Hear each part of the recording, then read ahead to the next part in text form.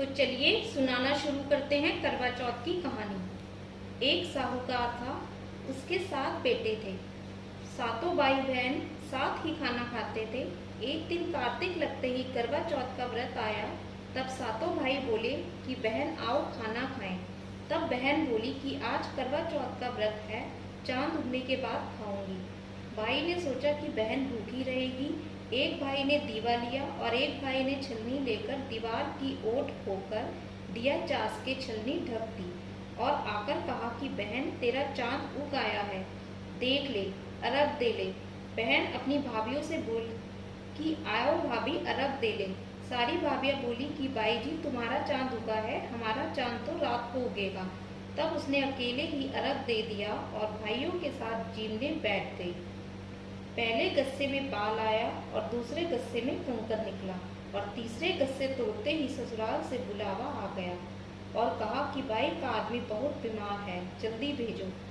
जब माँ बहन के पहनने के लिए 3 बार बगुचा खोला, तीनों बार धोले कपड़े निकले। तब बाई की धोला कपड़ा पहना कर ससुराल भेज दी और सोने का टका पल्ला बांध दिया और बोली रास्ते में कोई भी मिले उसके पैर छूती जाइयो और जो सुहाग की आशीष दे उसे सोने का टका देकर पल्ले की गांठ बांध लियो। बेटी से ये कहकर विदा कर दी।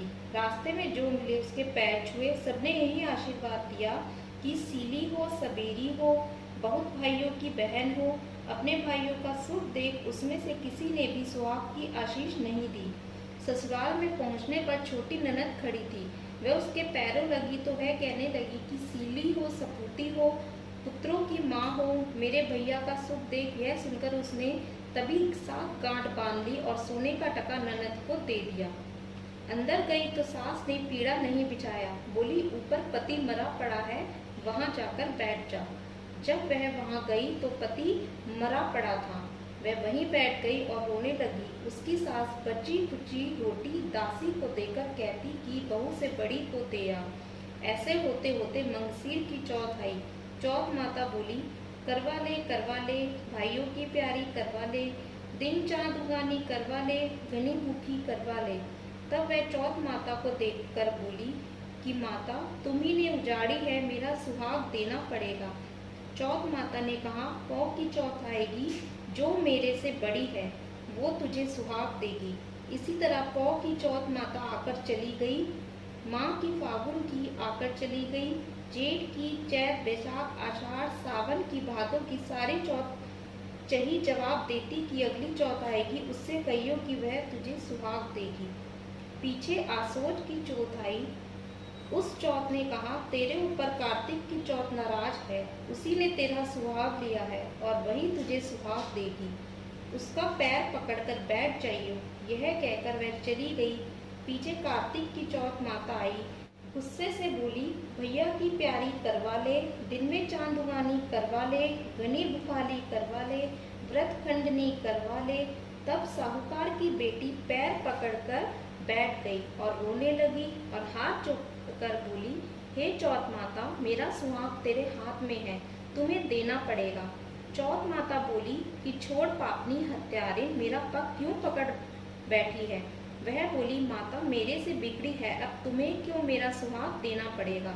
चौथ माता राजी हो गई। आंख में से काजल निकाला, नुम्बा में से मेहंदी निकाली और टीका में से रोली निकालकर चिटली उंगली का छींटा दिया। देते ही उसका पति उठकर बैठ गया और बोला कि बहुत सोया।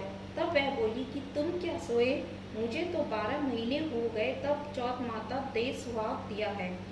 तो वह बोला चौथ माता का उजमन कर। तब चौथ माता की कहानी सुनी, करवा मिनसा खूब चुरमा किया।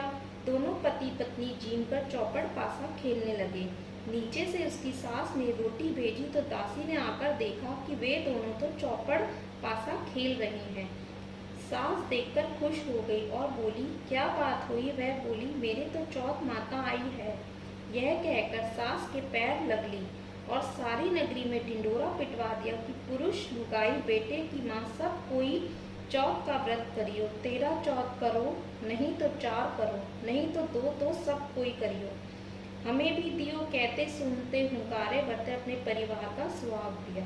गणेश जी की कहानी। एक विनायक महाराज थे, चुटकी में चावल कुलिया में दूध लिए घूम रहे थे। कोई मेरी खीर बना दो, कोई ना बनावे, जरा से दूध चावल की कैसी खीर बने। एक बुढ़िया थी, बोली ला बेटा मैं बना दूं। बुढ़िया बाहर जाने लगी तो बोले कहाँ जा रही है। बोली बेटा बर्तन मांग लाऊं। विनायक जी बोले देखो तो घर में ही रखे होंगे। बुढ़िया ने देखा तो टोकना बर्तन परात सब धरे। जैसे ही बुढ़िया ने टोकने में कुलिया का दूध डाला तो वह लबालब भर गया और परात में चावल रखे तो परात भी भर गई। चूल्हा जलाकर खीर बनाई, खीर निकलने लगी। बहू ने कटोरा भर के किवाड़ के पीछे विनायक बाबा का छींटा लगाकर खा ली। जब सारी खीर बन गई, बुढ़िया बोली आ बेटा जीम ले। बोले माँ मैंने तो खीर खा ली। बोली कब खाई।